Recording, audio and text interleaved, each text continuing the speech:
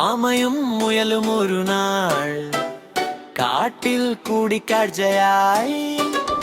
ആരാണ് വേഗം, ആരാണ് ശക്തി, ഓട്ടപ്പന്തയം വെച്ചു നോക്കി.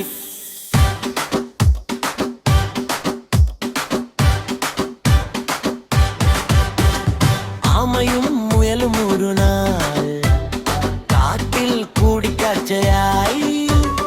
കാറ്റും പറയാൻ കഥയായി, കഥനം മുഖൊന്ന് ചേർന്ന് പാടാം.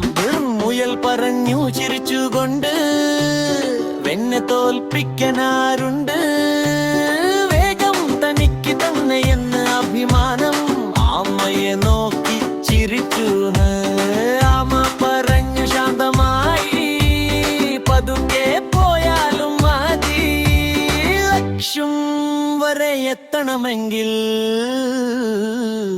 സഹനം വേണം ജീവിതത്തിൽ. ലക്ഷ്യ ആമയും മുയലും ഒരു നാൾ കാട്ടിൽ കൂടിക്കാഴ്ചയായി. ആരാണ് വേഗം, ആരാണ് ശക്തി, ഓട്ടപ്പന്തയം വെച്ചു നോക്കി.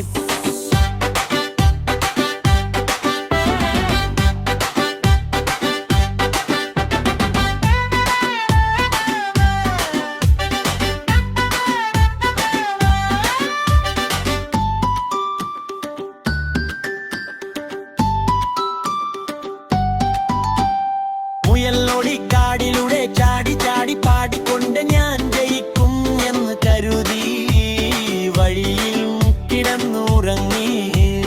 കാട്ടും പാട്ടും കൂട്ടായി മുയലുറക്കത്തിലായി, സമയം പോയതറിഞ്ഞില്ല, ലക്ഷ്യം പിന്നിലായി.